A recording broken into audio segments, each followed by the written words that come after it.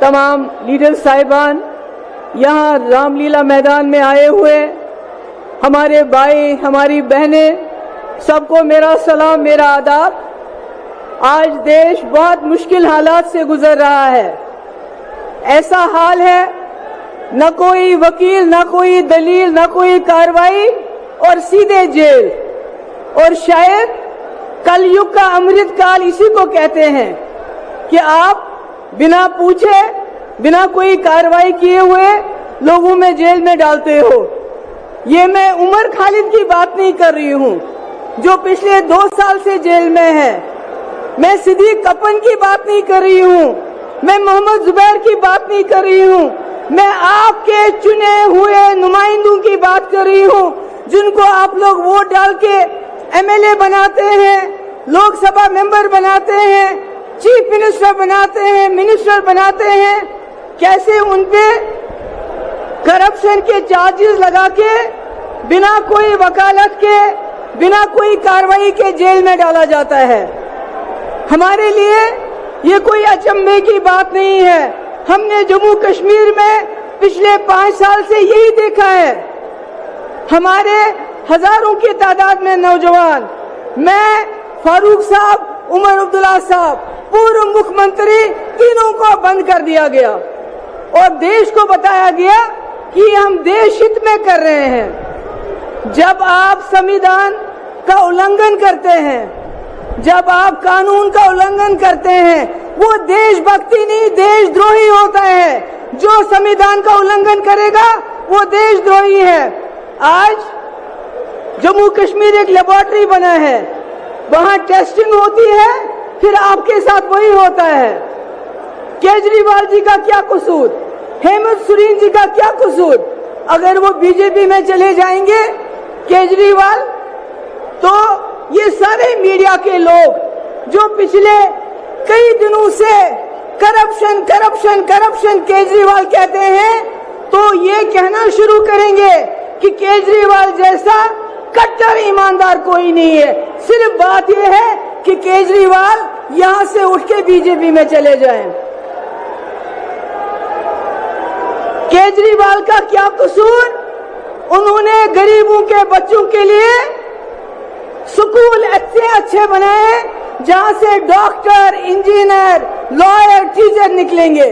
उन्होंने लोगों को मुफ्त बिजली दी, मुफ्त पानी दिया, अस्पताल बनाए, बसेस की मुफ्त। मगर इनको तकलीफ है, इनको इस परिवार से तकलीफ है। ये जो परिवार आप देख रहे हैं, इनको परिवारवाद से तकलीफ नहीं है।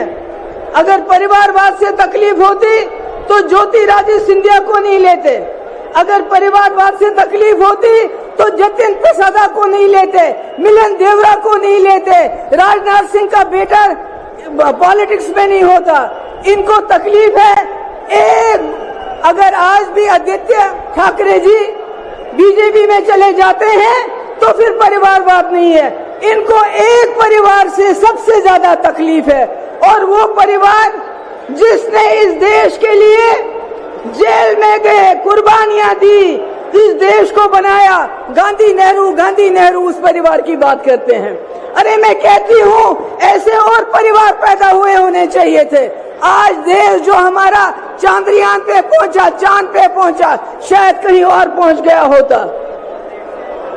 इनका क्या काम है?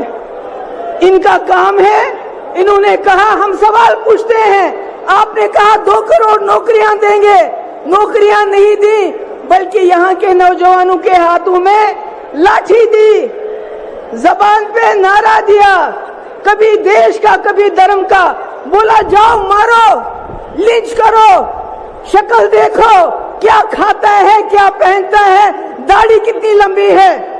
इन्होंने नौजवानों का अपराधीकरण किया, उनको दंगाई बनाया, कहा तुम दंगे करो, तुमको जेल नहीं भेजेंगे, मगर हमसे नौकरी का हिसाब मत मांगो, हमसे 2 करोड़ नौकरियों का हिसाब मत मांगो।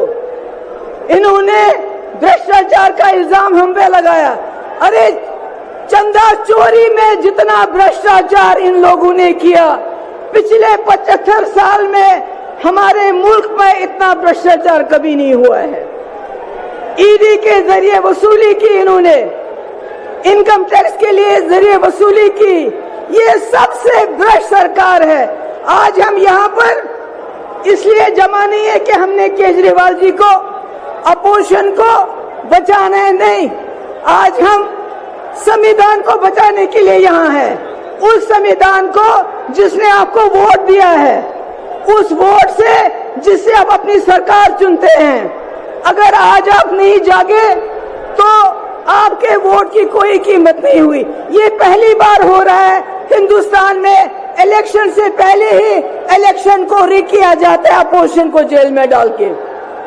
मेरी आखिर में आप सबसे गुजारिश है, हमारे इंडिया अलायंस के पास टीवी नहीं है, अखबार नहीं है, फेसबुक नहीं है, यूट्यूब नहीं है, इनके पास सब कुछ है, गोदी मोदी सारा मीडिया।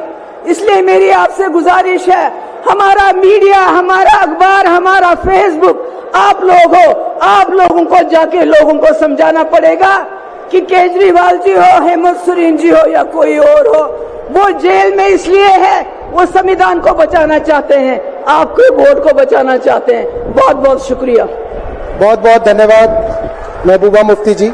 अब मैं इस श्रृंखला में इनवाइट करूंगा CPI ML से दीपांकर भट्टाचार्य जी को।